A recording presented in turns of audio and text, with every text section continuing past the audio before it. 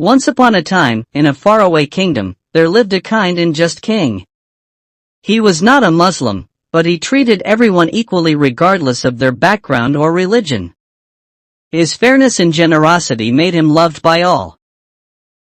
The king's palace was magnificent, surrounded by gardens filled with vibrant flowers and tall trees. It stood as a symbol of prosperity and peace in the kingdom. However, not far from the palace, there lived a poor widow with her 2 young children. The widow's life was filled with struggles. She had lost her husband many years ago and had no one to rely on. She worked tirelessly, but her earnings were barely enough to feed her children.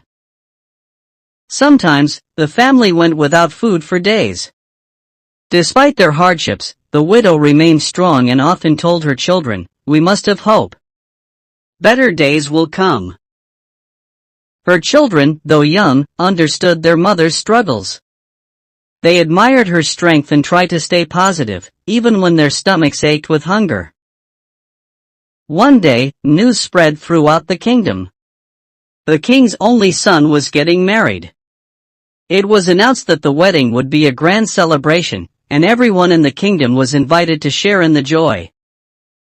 The streets buzzed with excitement.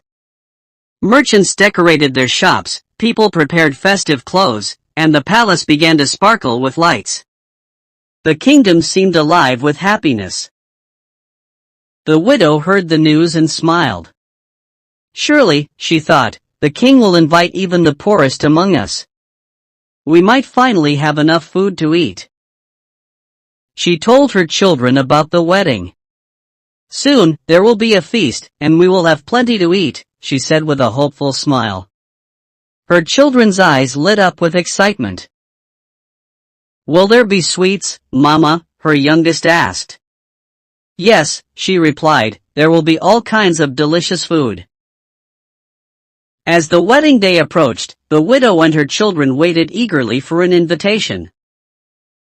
Each time a messenger passed by, they hoped he would stop at their small house. But the days passed, and no one came to invite them. The widow began to worry but tried to remain optimistic for her children's sake. On the day of the wedding, the palace was a sight to behold. It was decorated with thousands of lights, colorful banners, and fragrant flowers. The air was filled with music and laughter. Guests from far and wide arrived, dressed in their finest clothes. The grand feast was laid out with fruits, bread, roasted meats, and sweets of every kind. Meanwhile, in the small house near the palace, the widow and her children sat in silence. They could hear the sounds of celebration, but they were not part of it. The youngest child began to cry. Why can't we go, Mama? Why aren't we invited? He asked, his voice trembling. The widow held her children close and said gently, We were not invited, my dear. But we must not lose hope. There is always a reason for everything. Deep down, the widow felt a sting of sadness. She wondered why they had been forgotten. But she chose not to dwell on her pain and focused on comforting her children. That evening, the king, tired from hosting the wedding, decided to rest on the top floor of his palace. As he lay on his bed, he heard a sound that caught his attention. It was not the music or laughter of the celebration. It was the sound of crying, faint but persistent. The king sat up, puzzled. He walked to his balcony and looked outside. In the distance, he saw the widow's house. The sound of crying seemed to be coming from there. The king called for his servants and asked, Who lives in that house? And why are they crying on such a joyous day? The servants looked at each other, hesitant to speak. Finally, one of them said, Your Majesty, it is the widow and her children. We forgot to invite them to the wedding. The king's face darkened with anger. How could you forget my neighbors? They live so close to the palace. This is unacceptable.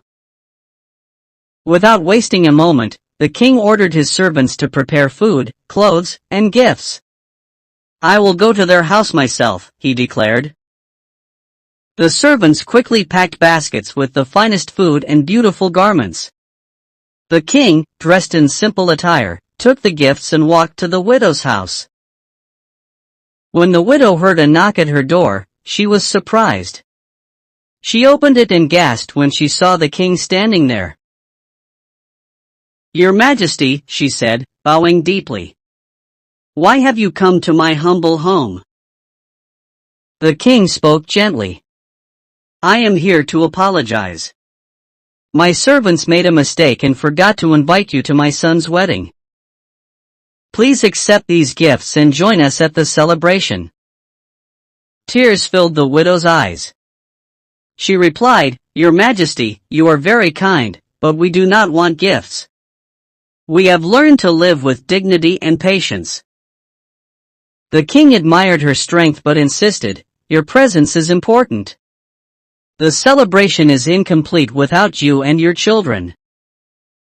Then, the eldest child stepped forward and said, "Your Majesty, we will accept the food, but I have one request. Will you agree?" The king smiled and said, "Of course, my child. What is your request?" The boy raised his hands and said, "I will make a prayer, and you must say Amen after it." The king nodded. "I promise to say Amen. Go ahead and pray." The boy began, "O God, guide this kind king to the path of truth and mercy. Bless him with wisdom and show him the beauty of Islam." The king, without hesitation, said, "Amen." The boy smiled, and the widow's heart swelled with gratitude. The widow and her children accepted the king's invitation. They dressed in the beautiful clothes he brought and followed him to the palace. At the wedding, they were given a special place of honor. Plates of delicious food were placed before them, and the children's eyes lit up with joy. The widow watched her children eat happily and felt a deep sense of peace. For the first time in years, her heart was light.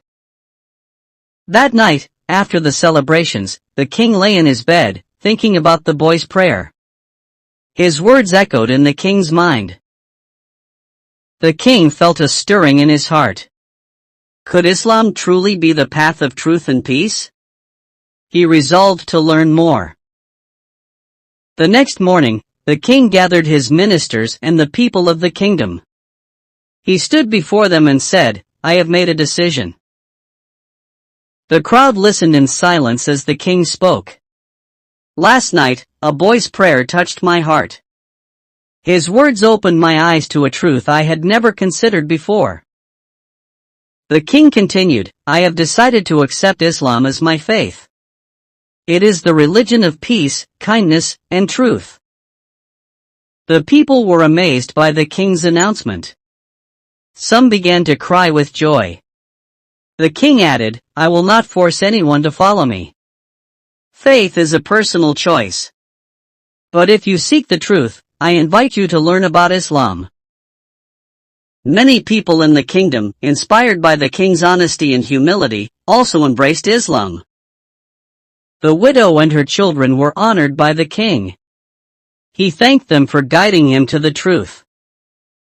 The prince's wedding was remembered not only as a grand celebration but also as the day the kingdom found a new path of faith and unity. The king ruled for many years with justice and kindness. Under his leadership, the kingdom flourished, and the people lived in harmony. The widow and her children lived a better life, filled with blessings and respect. This story teaches us that kindness and faith can transform hearts and inspire change. Thanks for watching.